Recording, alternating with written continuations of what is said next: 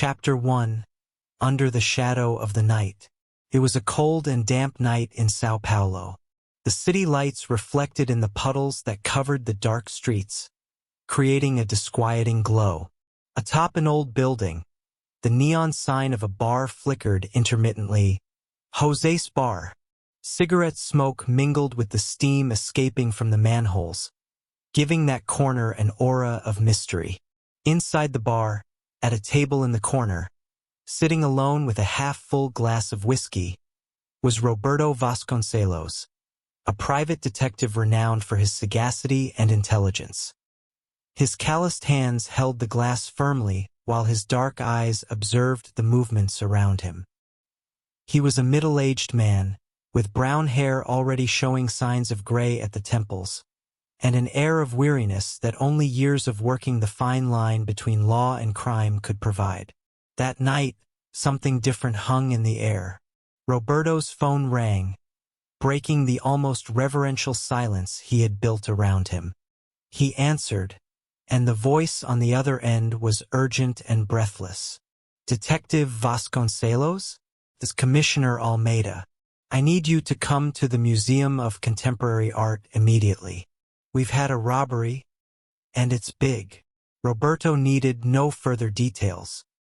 He threw some bills on the table, stood up, donned his overcoat, and stepped out into the rain. The Museum of Contemporary Art was across the city, but he knew time was crucial. He started the engine of his old car and sped through the wet streets. Upon arriving at the museum, the scene was one of organized chaos. Police officers, reporters, and onlookers crowded outside, while the red and blue lights of the police cars cast an almost surreal hue on the building's facade. Roberto pushed through the crowd, showing his private detective badge, and was led to the crime scene by Commissioner Almeida. Inside the museum, the scene was desolate. One of the most valuable pieces in the collection, the Morning Star, a rare diamond of inestimable value, had disappeared. The display cases were shattered, and the security system, seemingly flawless, had been compromised. "This was the work of a professional," Roberto murmured, examining the surroundings. "Whoever did this knew exactly what they were doing." Almeida nodded.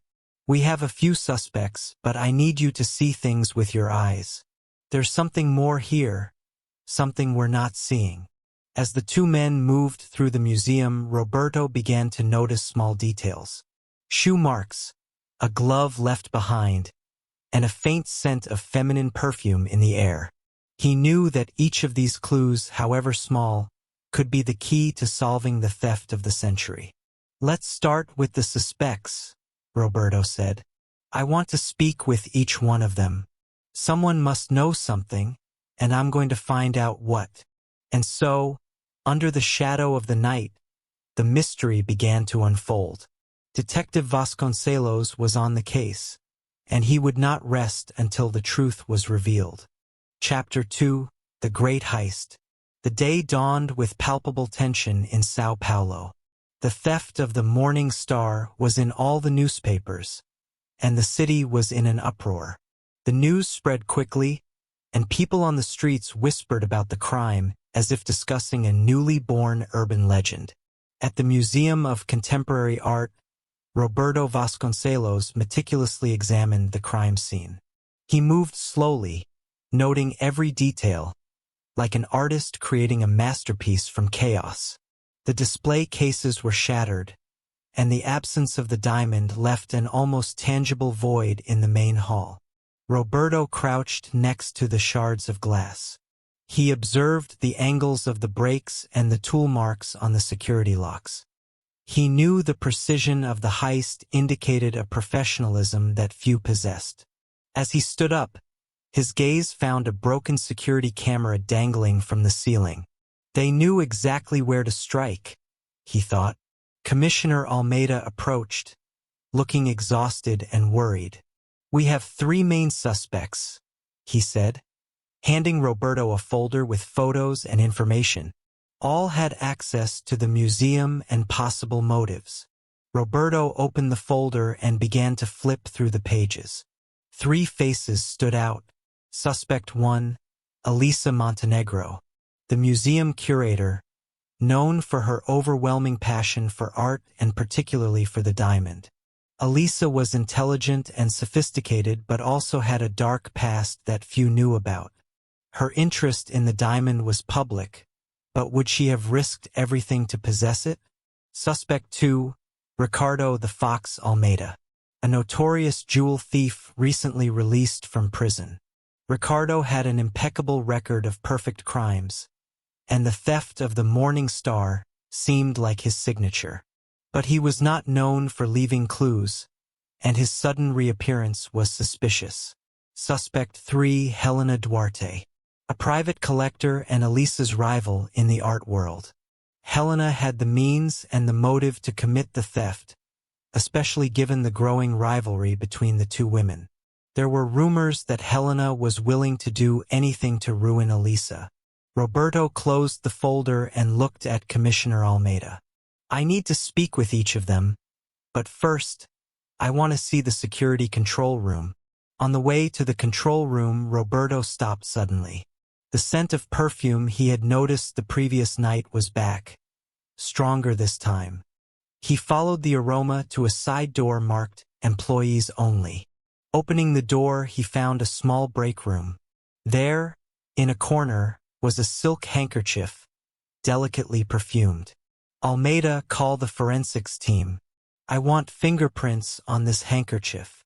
The commissioner nodded and went to call the team, while Roberto remained in the room, thinking. Someone had made a mistake, and he was determined to find out who. This theft was personal, each clue a direct provocation. He could feel the game beginning. As the forensics team worked, Roberto looked out the window and saw the city buzzing with news of the theft. The pressure was mounting, but he was in control. This was his world, where every shadow hid a secret, and every secret was a key to the truth. Chapter 3, Under the Veil of Intrigue. The sun began to set, casting long shadows over the Museum of Contemporary Art. Detective Roberto Vasconcelos was back at the crime scene, this time with renewed determination. He knew time was against him. Whatever was behind the theft of the Morning Star was counting on the confusion and delay of the investigation. But Roberto had an ace up his sleeve: his experience and an unfailing nose for lies. The first person he decided to question was Elisa Montenegro. He found her in her office, a luxurious room filled with art and rare books. She was standing, looking out the window with a somber expression. Elisa Montenegro, Roberto began without preamble, I need to talk to you about the theft of the Morning Star. She turned, her eyes flashing with a mix of anger and fear.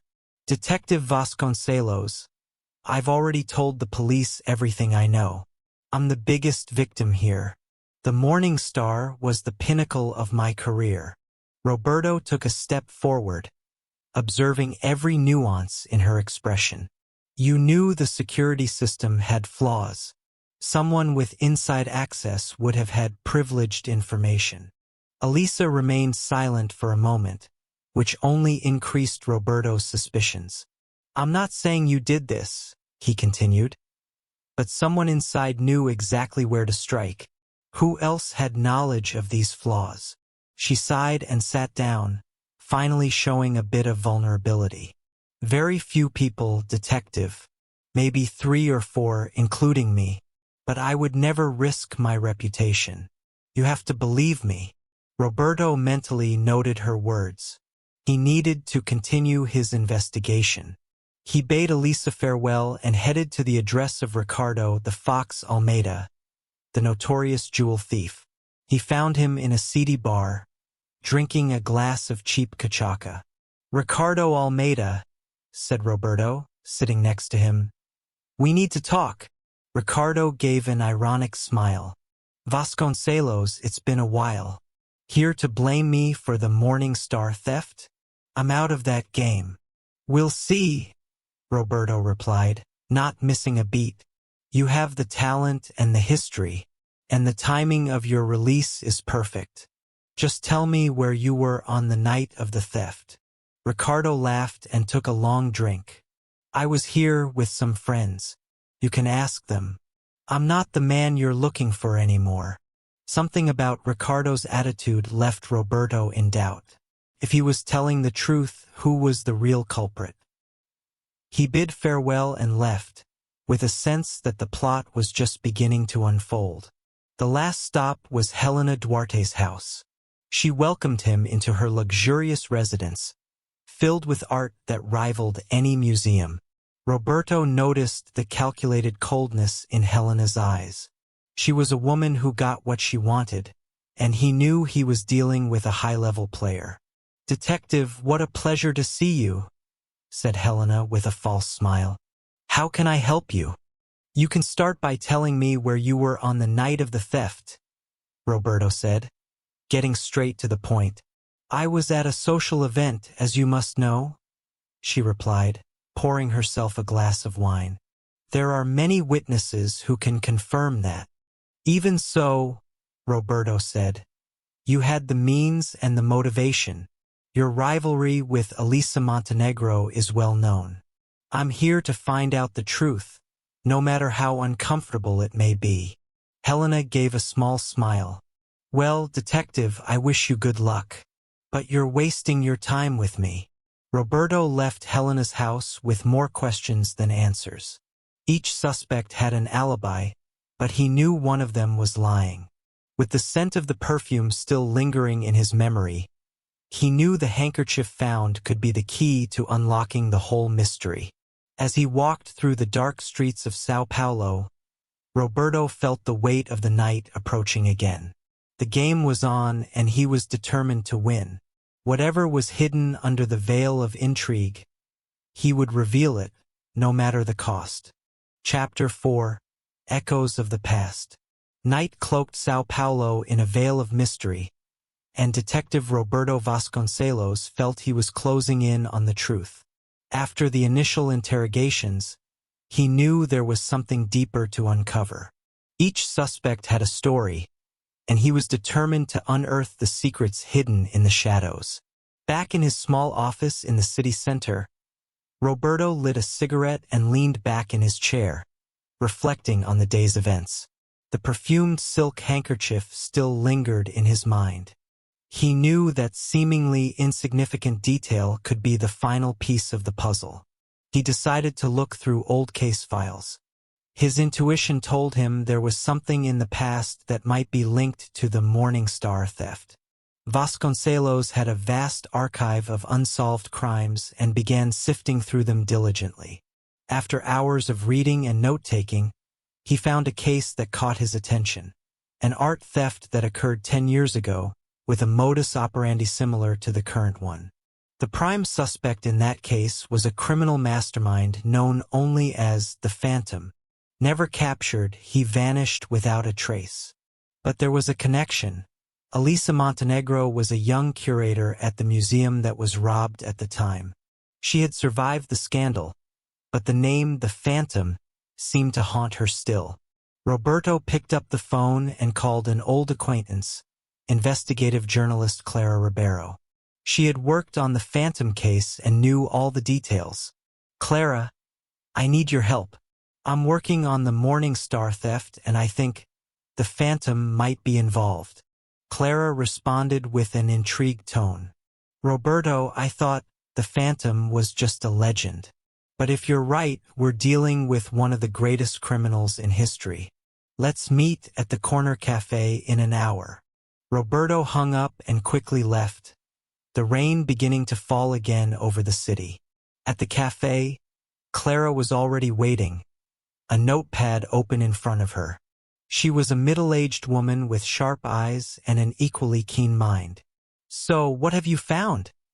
she asked as Roberto sat down. "Elisa Montenegro," Roberto began. "She was involved in the theft case 10 years ago. And now the same modus operandi. Whoever the Phantom is, he's back." Clara took rapid notes and nodded. She never talked much about that case. Maybe she was hiding something. And what about the other suspects? Roberto explained about Ricardo and Helena, their stories and alibis. Clara seemed thoughtful. The Phantom always used accomplices, trusted people. Maybe one of them is working with him again. We need to dig deeper. As the two discussed the case, Roberto felt a crucial piece was still missing. The silk handkerchief continued to bother him. Clara, I need you to find out everything you can about Elisa, Ricardo, and Helena. I'm going to follow a different lead. Roberto left the cafe and went to the forensic lab. He needed the results of the fingerprints on the handkerchief. The technician greeted him with a tired look but handed over the results. There was a partial print that could belong to Elisa Montenegro. With this new information, Roberto returned to the museum. It was late at night, and the building was silent and dark. He entered with a key borrowed from Almeida and began exploring the restricted areas. He reached Elisa's office and started rummaging through her things. In a locked drawer, he found an old diary. The pages were filled with notes about the Phantom and her involvement in the theft 10 years ago. There were also mentions of an accomplice, someone with internal access. The name was scribbled out, but Roberto knew he was on the right track. Suddenly, he heard a noise outside the office. Someone was there, watching. Roberto turned off the light and hid behind a bookshelf. The door slowly opened, and a figure slipped in. It was Elisa, with a determined and nervous expression. She began searching frantically, and Roberto realized she was looking for the diary. When she finally found it, Roberto stepped out of the shadows. "Elisa, we need to talk." She froze, fear in her eyes. "You don't understand, Roberto. They'll kill me if I talk." "Who, Elisa? Who's behind this?" She took a deep breath and whispered, "The Phantom is back, and he doesn't forgive." Chapter 5: The Key Clue. Elisa's revelation echoed in Roberto's mind as he escorted her out of the museum. Each step reverberated with the weight of the unveiled secret. The Phantom was back, and now the danger was real and imminent. He needed quick and concrete answers. "Elisa, you're coming with me," Roberto said firmly. "We're going to my office. There you'll be safe and can tell me everything." On the way to the office, the rain continued to fall, as if the city were washing away its own sins. Elisa was visibly shaken, but Roberto knew he had to remain calm to obtain the necessary information. Back at the office, Roberto offered Elisa a glass of water and sat across from her. "Start from the beginning, Elisa. Who is the Phantom? And why has he returned now?" Elisa took a deep breath, trying to find the words. 10 years ago, I was just a young and ambitious curator. I met the Phantom through a collector. He was brilliant, charismatic, but also dangerous. I was drawn to his charm and the challenge of stealing art pieces. But I didn't know what I was getting into." She paused, her eyes filled with painful memories. "When the heist went wrong, he disappeared, leaving me to face the consequences. I lost my job, my reputation, but I managed to rebuild. I thought he was gone forever. But then, a few weeks ago, I received an anonymous message. He was back and wanted the Morning Star. I knew I was in danger, but I didn't know who to turn to." Roberto listened attentively, each of Elisa's words filling in the gaps of the mystery. "And who is the accomplice?" "Someone inside the museum is helping the Phantom." Elisa hesitated, fear evident on her face. "I don't know who it is now, but last time it was a security guard. Maybe he has someone new this time. I just know they're always one step ahead." As Elisa spoke, an idea formed in Roberto's mind. He recalled Ricardo the Fox Almeida and his insistence that he had changed. What if Ricardo was playing both sides? An informant working for both the Phantom and himself? Roberto decided to confront Ricardo again, this time with a different approach. He said goodbye to Elisa, ensuring she stayed safe in his office, and left to find Ricardo. The bar where Ricardo frequented was, as always, shrouded in smoke and shadows. Roberto entered and went straight to the point. "Ricardo," he said, approaching, "stop pretending. I know you're involved. You can help me catch the Phantom, or keep playing this game until you're caught." "What's it going to be?" Ricardo slowly raised his eyes, a cynical smile forming on his lips. "You're good, Vasconcelos, but I'm not what you think. I don't work for the Phantom, but I can tell you one thing: he has a weakness. Something you can use against him." Roberto leaned in, interested. "And what is that?" "The Phantom is obsessed with perfection. He can't stand flaws or betrayals. If you find a flaw in his plan, a small imperfection, he'll reveal himself. And that's when you catch him." Roberto knew this could be his only chance. He thanked Ricardo and returned to the museum. He needed to find the flaw, something the Phantom had left behind, something that would reveal his true plan. At the museum, Roberto began reviewing every detail of the heist.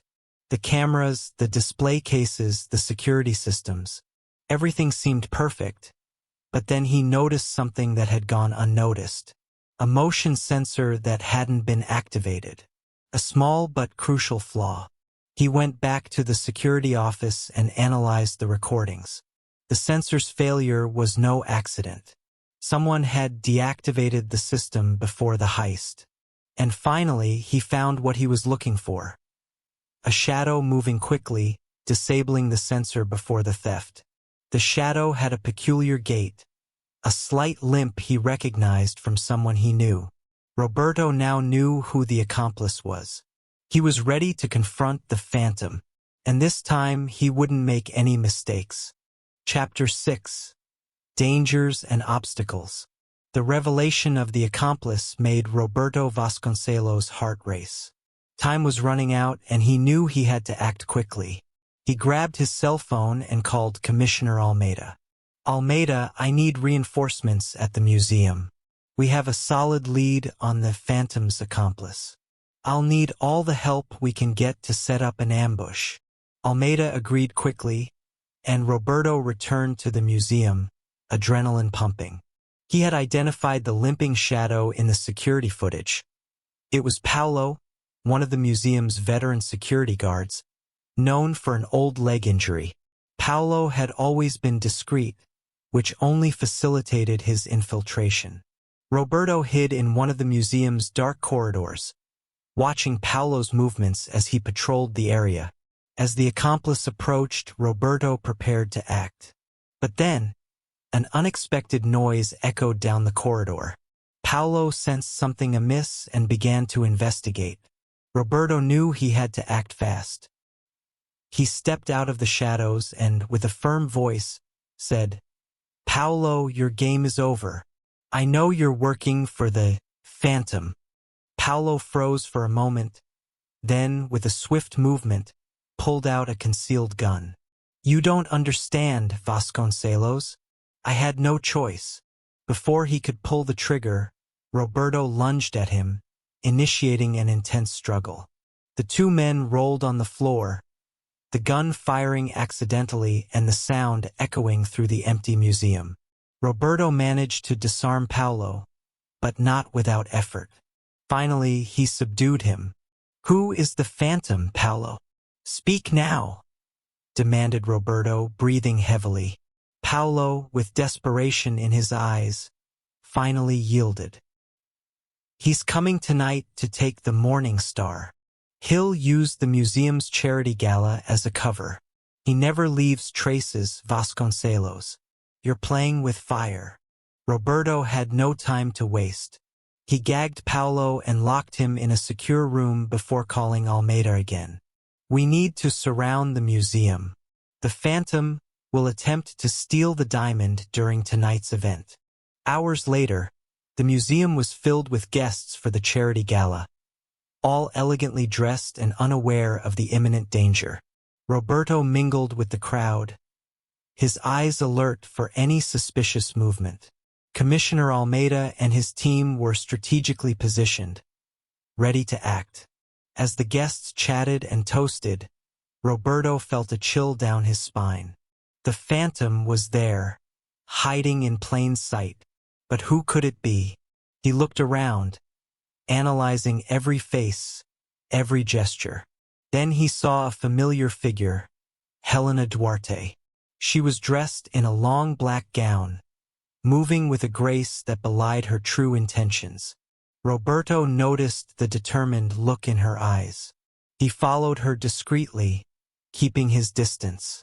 She headed to a more isolated wing of the museum, where the Morning Star was displayed in a new reinforced showcase. Roberto couldn't wait any longer. He approached quickly, his hand ready to draw his weapon. "Helena, it's over. I know you're the Phantom's accomplice. Stop right now." Helena turned slowly, a cold smile on her lips. "Do you really think you can stop me, Roberto?" The Phantom is always one step ahead. Before he could react, the museum lights went out, plunging everyone into darkness. Roberto heard the guests' screams and the sound of rapid footsteps. He drew his flashlight and illuminated the room, only to see Helena disappearing into a secret passage behind the showcase. He followed her, running through the dark corridors. The path led him to a hidden room at the back of the museum, where he came face to face with the Phantom.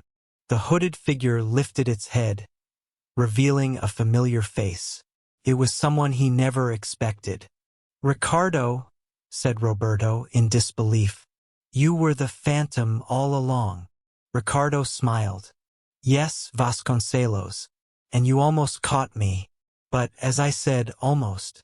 Before he could do anything, Helena attacked from behind, but Roberto was prepared. He dodged and quickly subdued her, pointing his gun at Ricardo. "This is the end of the line, Ricardo. You have nowhere to run." With the police approaching, Ricardo knew he was cornered. He let out a resigned sigh. "Looks like you won this time, Vasconcelos. But remember, I always come back."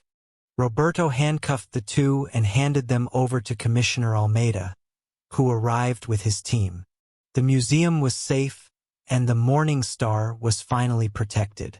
Chapter 7: The Mastermind Behind the Heist. With Helena and Ricardo in custody, Roberto Vasconcelos thought he had finally reached the end of the mystery. But as the two were taken away by the authorities, an unsettling feeling gnawed at him. Something didn't seem right.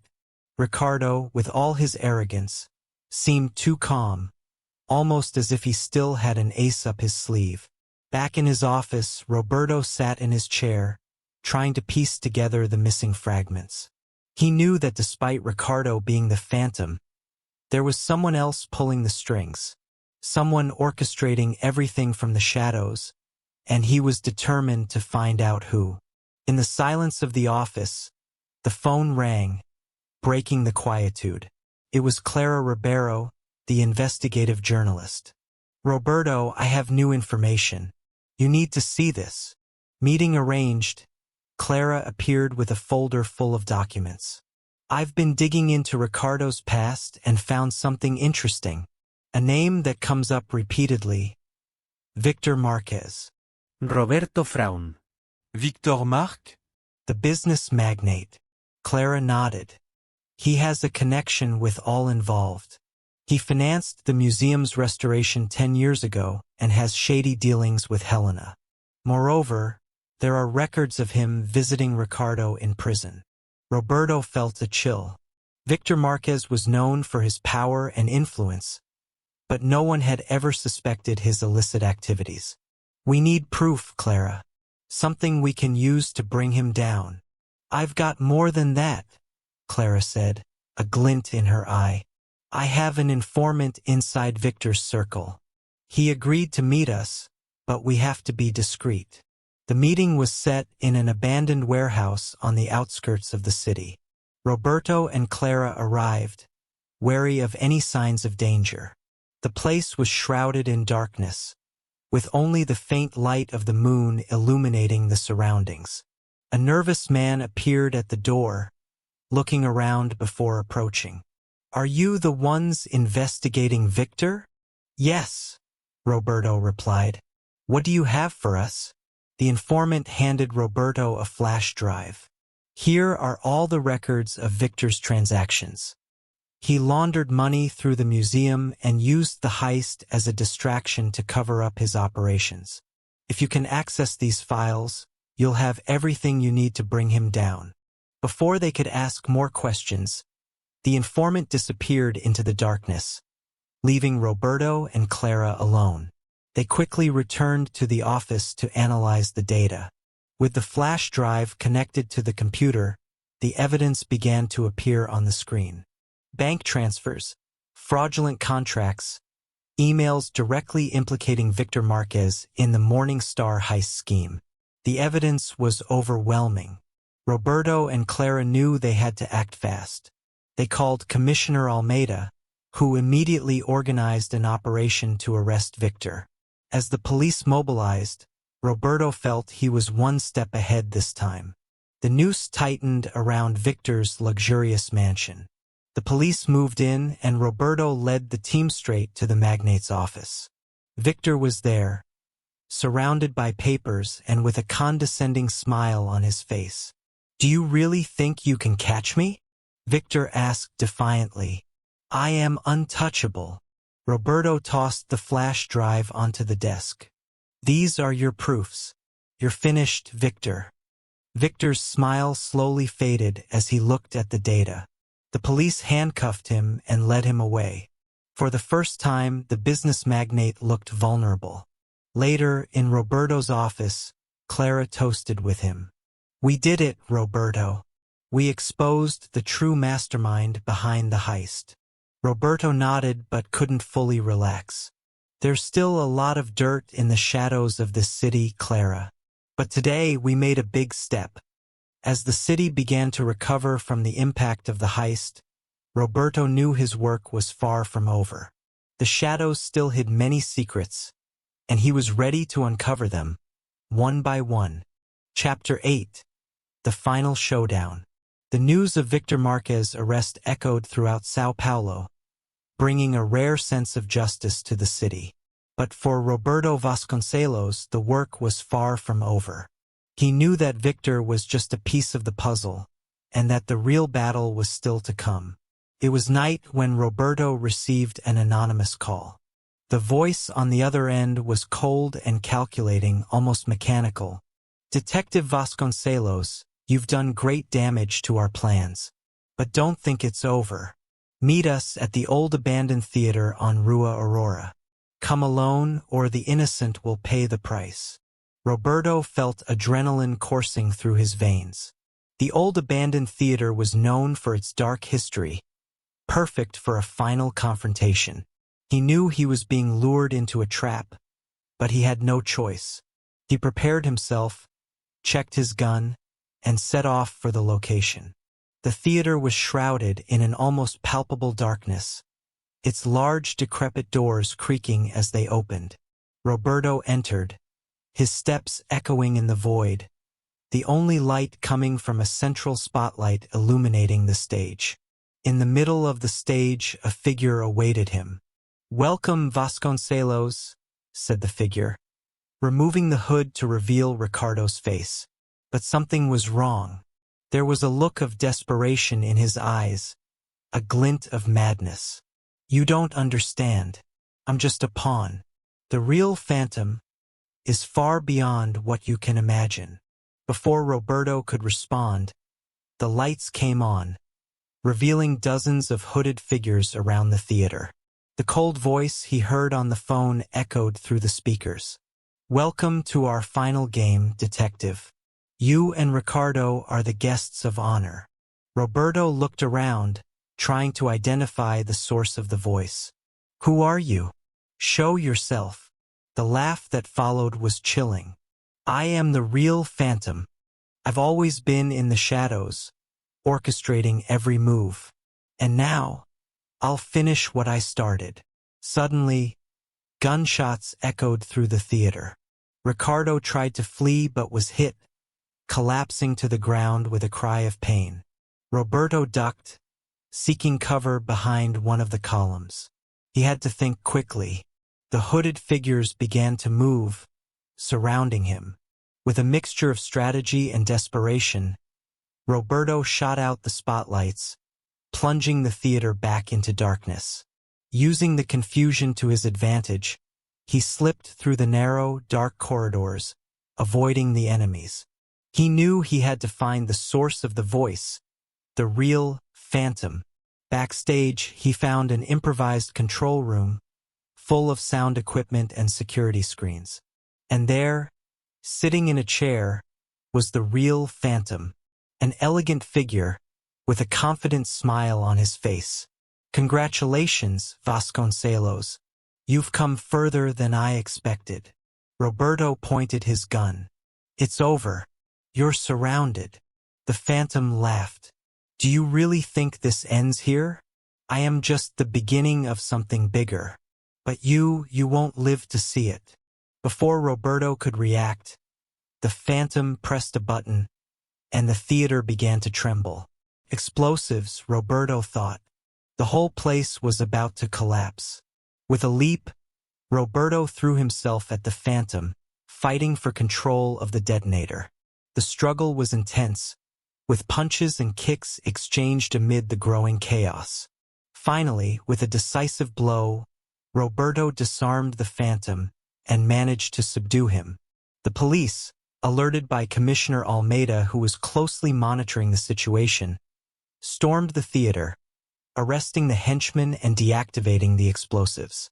The phantom was taken into custody, still smiling enigmatically.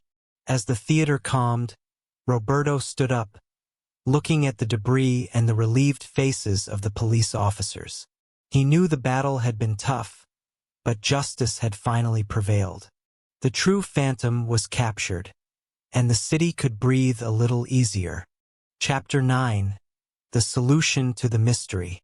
The sun rose over São Paulo, painting the city with a soft light that seemed to cleanse the remnants of the turbulent night. Roberto Vasconcelos felt the exhaustion in his bones, but there was a sense of relief and duty fulfilled. The true phantom was in custody, and the criminal network he had woven was beginning to unravel. Back in his office, Roberto sat at his desk, documents scattered around him like a mosaic of solved mysteries. He took a sip of coffee, the bitter taste grounding him in reality. The city was safe, at least for now. Clara Ribeiro appeared at the door, a satisfied smile on her face. "You did it, Roberto. The city owes you a great deal." Roberto smiled wearily. "There are still many questions, Clara. The phantom was just one piece of something larger. But for now, we can breathe a little easier." She sat down across from him, leafing through the files. "What will you do now?" "First, get some rest," he said, laughing. "Then I'll keep digging. There's always something more in the shadows." As they talked, the phone rang. It was Commissioner Almeida. "Vasconcelos, I need you at the station. We have a new lead on the phantom's accomplices. I think you'll want to see this." Roberto stood up, grabbing his coat. "Duty calls," he said to Clara. "Let's see what else we can uncover." At the station, Almeida was waiting with a stack of new documents. "We found bank records and communications between the phantom and some influential businessmen. It seems they were funding his operations in exchange for favors." Roberto quickly leafed through the documents. "This is bigger than we thought. We need to take down the entire network." Almeida nodded. "We're already in contact with the prosecutor's office. We'll need your testimony and evidence to ensure all these involved parties are arrested." As they discussed the next steps, an officer entered the room carrying a box. "Detective, we found this at Victor Marquez's mansion. We thought you should see it." Roberto opened the box, finding a set of old letters and a diary. The letters were exchanges between Victor and the Phantom, revealing details about their plans and motivations. The diary, however, was more personal. Pages filled with meticulous notes about each heist, each deception, and one name that stood out repeatedly: Elisa Montenegro. He skimmed through quickly, realizing that Elisa was more than a reluctant accomplice. She had been an active mind in the operations, her ambition fueling the Phantom's fire. Roberto felt a chill as he comprehended the extent of her betrayal. Almeida looked over his shoulder. "You think she knew the whole time?" "Not only knew," Roberto replied. "She was a fundamental part of the scheme. We need to find her before she disappears." A team was immediately assembled to locate Elisa. Roberto knew she was smart and that finding her wouldn't be easy. As the search intensified, he returned to the museum, feeling that there, among the art pieces, could be more clues. At the museum, he revisited the site of the heist, each detail now illuminated by a new perspective. It was then that he noticed something he had missed before. A painting, slightly askew, revealing a wall safe behind it. With the help of a museum employee, he opened the safe, finding a series of documents linking Elisa to various suspicious transactions. Roberto knew this was the definitive proof of her guilt. With this new evidence, he returned to the station, where Almeida was coordinating the operation. "We have everything we need. Let's get Elisa." The chase led them to a small private airport on the outskirts of the city. Elisa was about to board a private jet when the police arrived. She tried to flee but was quickly surrounded and apprehended. She looked at Roberto with a mixture of anger and resignation. "You don't understand, Roberto. I did what had to be done." "You betrayed everyone who trusted you," he responded coldly. "And now you'll pay for it." As Elisa was taken away, Roberto felt a mixture of triumph and sadness. The case was closed, but the cost had been high. He knew the city would never be completely free from the shadows, but at least for today, he had made justice prevail. Chapter 10: Conclusion and Reflection.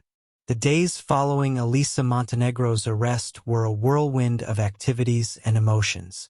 Sao Paulo began to recover from the shock, as the press reported every new detail of the investigation.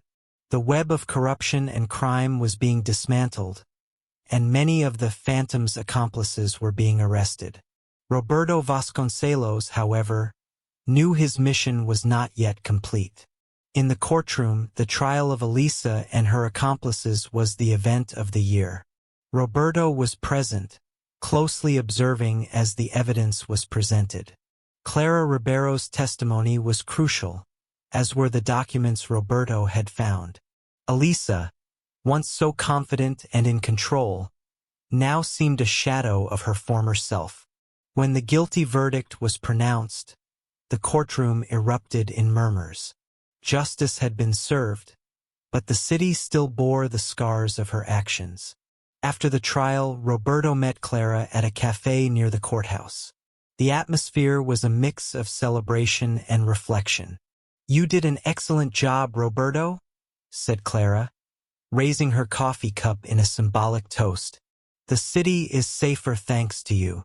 Roberto smiled, but there was a shadow in his eyes. "Thank you, Clara. But we both know the shadows never completely disappear. There will always be something hidden, something waiting to be uncovered." Clara nodded, understanding perfectly. "And that's why we're here, isn't it?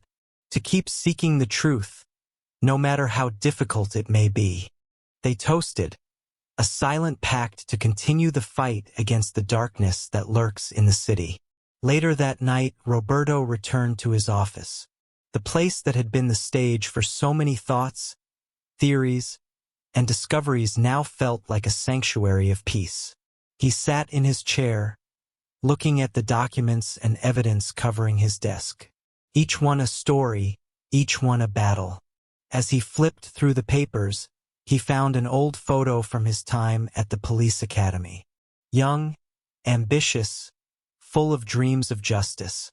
He smiled, remembering how much he had changed and grown since then. The city had shaped his character, and each case had left its mark. The office door opened, and Commissioner Almeida walked in. "You did it, Vasconcelos. Sao Paulo owes you a great deal." Roberto stood up, extending his hand to Almeida. "It was a team effort, Commissioner, and we still have much to do." Almeida smiled, agreeing. "That's true. But at least for today, we can rest a bit." As Almeida left, Roberto picked up a notebook and began to write his reflections. The words flowed easily, as if they were a catharsis, a way to understand everything that had happened. In a city full of shadows, the search for the truth never ends. Each victory is just a step in an endless journey. But as long as there are people willing to fight, there will always be hope. He closed the notebook, feeling an inner calm. The city outside continued its frenetic pace, but in that moment, everything felt peaceful. Roberto knew that tomorrow would bring new challenges, new stories, but he was ready. He stood up and went to the window, watching the city lights shining against the night sky. Sao Paulo, with all its imperfections and dangers, was his home. And as long as he was there, the shadows would not have the last word. With one last look at the city, Roberto turned off the office lights and closed the door. Tomorrow was a new day, and he would be ready to face it, as he always had. Because in a world of shadows, he was the light that never went out.